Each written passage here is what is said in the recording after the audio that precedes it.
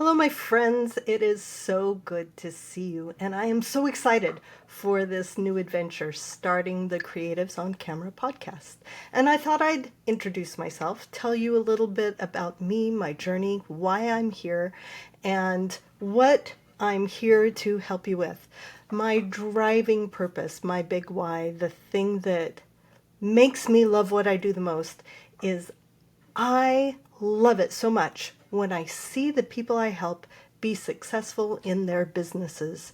I love helping people to create the kind of lives that they love. And in turn, I'm an artist, I'm a teacher, and doing this helps me spread the joy to so many more people.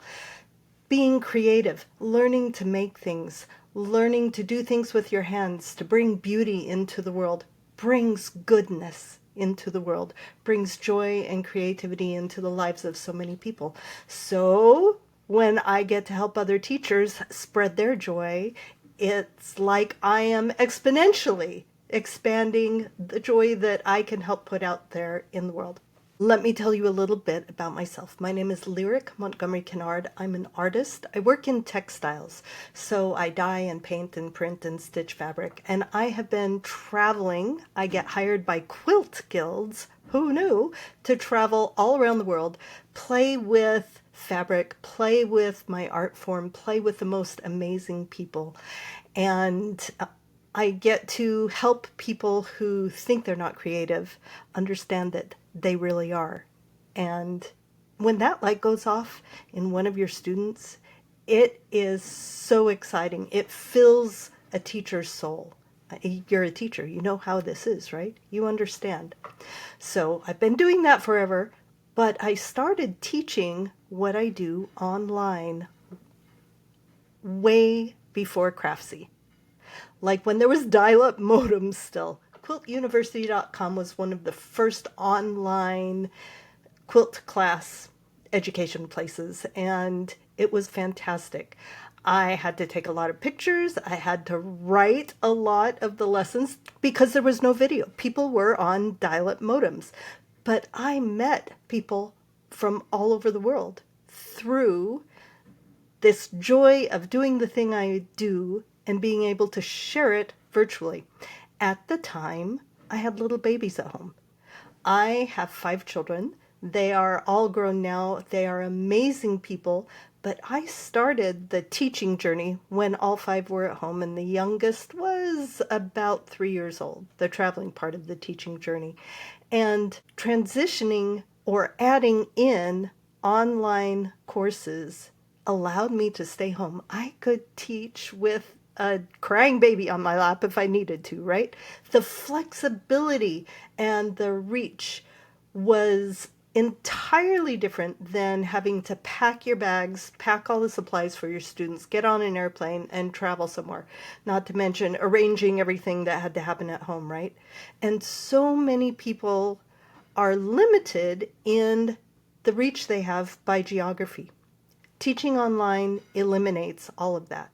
So I was teaching online before Craftsy. Craftsy approached me, and I said, nah, not really. I looked at their contract and I wasn't entirely thrilled with it, especially with them owning my content.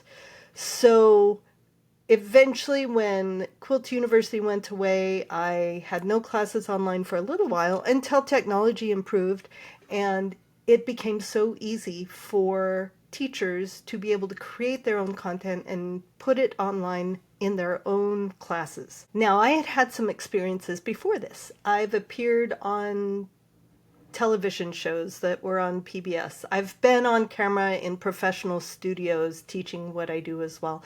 And I filmed an instructional DVD with my publisher. I also have a book. And it was fantastic. It was a huge learning experience. I learned a lot.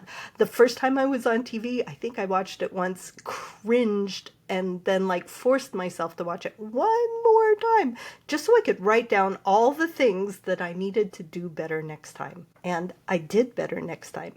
And the next time and the next time. I was terrible for a long time, but I learned and I grew. And also, that DVD that I filmed with them, I earned royalties on it. And understanding all the work that went into that, and then seeing really the tiny, tiny bit of income that I gained from it, made me realize I wanted to own my own content. So the next time I wanted to do an instructional DVD, I hired an editor to fly in, film, edit everything, and then hand over the content to me. I owned it. I owned the copyright. And I am telling you, even as expensive as that was, being able to sell my own content at full price, full retail, I made back everything I spent, plus more than I had earned in 3 years of royalties within 4 months. The comparison was just, there wasn't even a comparison, right? It makes so much more sense to own your own content. Now, over the years, that was a while ago, over the years, I have accumulated knowledge. I have learned how to film my own courses. And filming and presenting a course that teaches you how to make something with your hands offers a few different challenges than just talking to a camera, right? There are camera angles, there's noise that goes on, there are things like, what do you do when your hands are covered with stuff and messy and paint or clay and you can't touch your equipment, right? So I have learned and I have grown and I have accumulated this knowledge and started filming my own courses, posting my on-demand courses online. Still traveling because I love to travel, right? It's apples and oranges. They are two different things. And then COVID happened. COVID was such a pivot point for our entire world, right? I was a traveling quilt teacher. My colleagues and I, our entire business was shut down overnight. It happened to so many people around the world. So another friend and I co-founded a company where we took our colleagues, educators in the quilt industry, who were willing and able, sometimes just willing, not all entirely able, to try out live virtual teaching, and we put them in front of the people that would hire them from around the world. So Global Quilt Connection is still a business that lists virtual teachers and puts them in front of Quilt Guild leaders and quilters who hire them, either for live Zoom virtual workshops and programs or on-demand courses. So from that, I realized that my colleagues needed a lot of tech help.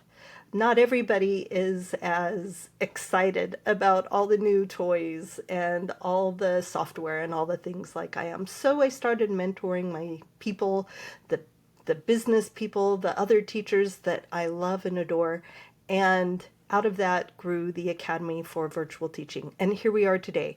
This podcast is coming to you from the Academy for Virtual Teaching, where I bring in creatives, people who make things, artists, quilters, knitters, chair caners, weavers, all kinds of people who make things with their hands and want to share their skills, share the creativity and joy that they get and the knowledge that they've earned to their students through video, through a broader screen, through a broader geographical reach. So that's what we do at the Academy.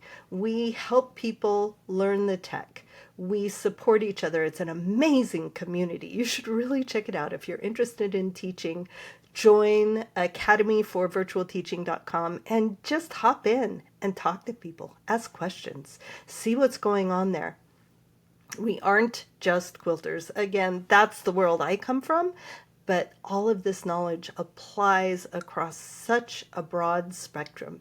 If you are somebody who makes things with your hands and wants to film it, wants to create video, wants to offer online education, and you know that education can be just YouTube tutorials. It can be social media videos that just show off your designs. We can help you. I can help you. That's what we're here for.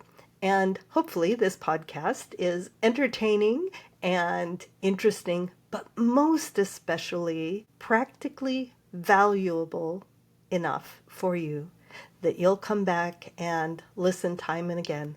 I plan to bring in a huge number of guests who have some sort of knowledge, some sort of skill, something that will help you to appear better on camera, to speak better on camera, to understand the complexities behind communicating with students through a screen, or something about the software or the hardware.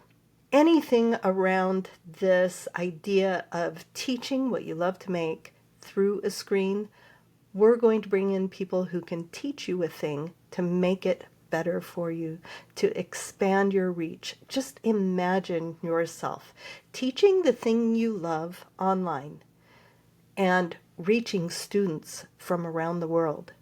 It's phenomenal. It's amazing. It's wonderful. You can share your joy and your creativity so much further than the area that you can travel to in person. So I hope that gives you kind of an idea of what to expect here and who I am. Again, I love this, and I love you. I'm not afraid to say it. I say it all the time. I'm one of those super embarrassing people. I really love you guys. I love my students. I love the people I teach. I love my colleagues. And the more creativity and goodness and beauty that we get out there into this struggling planet, this struggling world, this struggling society, the better it's going to be. We create community through the things we make with our hands.